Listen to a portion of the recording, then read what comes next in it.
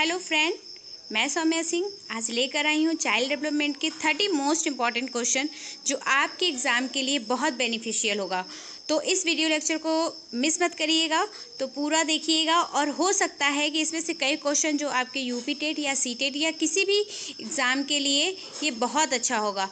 तो चलिए फटाफट देखते हैं और टाइम इसमें हम लोग ज़्यादा नहीं लगाएंगे, ठीक है, 1 मिनट से ज़्यादा नहीं, क्योंकि आपके एग्ज़ाम में सिर्फ हर एक क्वेश्चन पे 1-1 मिनट आपको ही मिलेंगे, ठीक है। तो हम लोग आज डिस्कस नहीं करेंगे, बस क्वेश्चन को सॉल्व करेंगे, ठीक है, और वो भी सोच समझ के। तो स्टार्ट करते हैं। फर्स्ट क्वेश्चन है हमारा, वह अवस्था जब बच्चा तार्किक रूप से वस्तुओं व घटनाओं के विषय में चिंतन प्रारंभ करता है, कौन सा अवस्था होता है, ठीक है। तो कौन सा अवस्था होता है, वो D option is a right answer, मूर्त संक्रियात्मक अवस्था, ठीक है, D option is a right answer. Next है हमारा, मन का मन चित्रण संबंधित है। देखिए मन चित्रण कह रहा है, जहाँ मन चित्रण की बात आती है हमारा सी ऑप्शन इज राइट हो जाएगा। क्यों हो जाएगा? क्योंकि मन की बातें क्या होती है, मन में ही हम लोग उसकी पूरी चित्र फिगर बना लेते हैं। तो क्रियाशीलता पर, ठीक है, अनुसंधान से, ठीक है, तो सी ऑप्शन इसका हो जाएगा राइट। ओके, नेक्स्ट चलते हैं।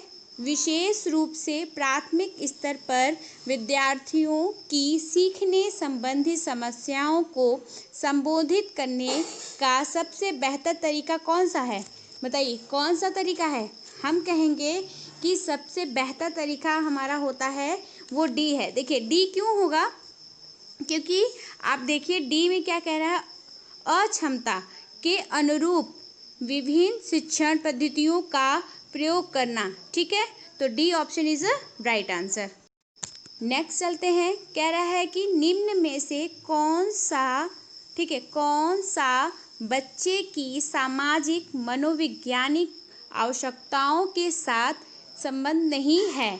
तो कौन सा है वो?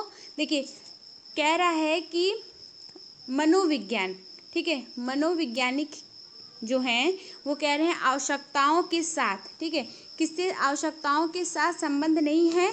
तो आप कह सकते हैं कि क्या कह सकते हैं, बताइए। हाँ बताइए। देखिए कह सकते हैं कि इसका बी ऑप्शन इज राइट होगा।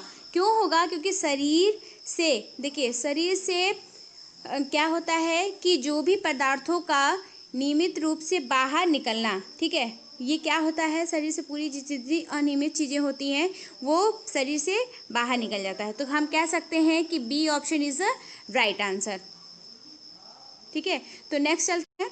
कह रहा है कि वह कौन सा कथन है जहां बच्चे के संज्ञानात्मक विकास को सबसे बेहतर तरीके से परिभाषित किया जा सकता है, ठीक है।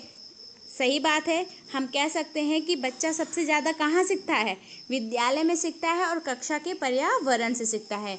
तो 5 का ऑप्शन हो जाएगा ए, ठीक है, 5 का ऑप्शन हो जाएगा ए, होगा ना? अरे A option is the right answer. कह रहा है कि वह कौन सा कथन है जहां बच्चे के संज्ञानात्मक विकास को सबसे बेहतर तरीके से परिभाषित किया जा सकता है। तो परिभाषित सबसे ज़्यादा हम विद्यालय और कक्षा के इन्वायरमेंट से, ठीक है, बच्चा सबसे ज़्यादा सीखता है, ठीक है। नेक्स्ट चलते हैं। 6 क्या पूछ रहा है कि बच्चे दुनिया के बारे में अपनी समझ का सृजन करते हैं, इसका श्रेय किसको जाता है? देखिए जब भी ये बात आता है बच्चे के बारे में सृजन के, तो हमेशा ये कौन होते हैं, पियाजे ही होते हैं। तो B option is a right answer. ये दिमाग में बैठा लीजिए, ठीक है, कहीं से भी कंफ्यूजन नहीं होगा एग्जाम में। नेक्स्ट है कि शिक्षा के क्षेत्र में पाठ्य चर्चा शब्दावली किस की ओर संकेत करता है कि देखिए यहाँ लिखा है ना शब्दावली की किस की ओर संकेत करता है, ठीक है। तो किसकी ओर संकेत करता है? हमेशा याद रखिए कि विद्यालय का संपूर्ण कार्यक्रम जिसमें विद्यार्थी प्रतिदिन अनुभव प्राप्त करते हैं, ठीक है। तो A option is a right answer, ठीक है, सही बात है। विद्यालय में जितने भी कार्यक्रम होंगे उसमें बच्चे क्या होंगे, पार्टिसिपेट करेंगे और प्रतिदिन उनके अंदर क्या होगी, सीखने की क्षमता सबसे ज़्यादा होगी। तो A option is a right answer. 8 क्या कह रहा है कि निम्न में से किसने कहा है कि शिशु अपने एवं अपने संसार के बारे में अधिकांश बातें खेल के माध्यम से सीखता है। ठीक है, तो क्या कौन होता है वो, बताइए। ये हो जाएगा आपका बी ऑप्शन, जॉन डीवी। ठीक है, सही है, सही है, बताइए। मैं यहाँ पे घुमा रही हूँ आपको।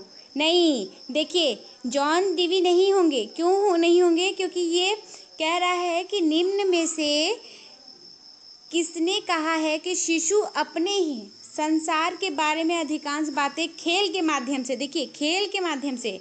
ठीक है, तो वो D option is the right answer हो जाएगा, स्ट्रिंग। ठीक है, नेक्स्ट है हमारा, विकास कभी न समाप्त होने वाली प्रक्रिया है। यह विचार किससे संबंधित है? देखिए विकास कभी, ये सही बात है, विकास कभी नहीं समाप्त होने वाली है। तुरंत दिमाग में आ रहा है ना कि कभी नहीं समाप्त होने वाली, तो ये निरंतर चलता रहता है, तो ये निरंतर का सिद्धांत हो जाएगा। ठीक है, A option is right answer. Okay, करते हैं, निम्न में से किस अवस्था में बच्चे अपने, ठीक है, समवयस्क समूह के सक्रिय सदस्य हो जाते हैं? ठीक है, कौन सी अवस्था होती है बताइए? वो होती है किशोरावस्था।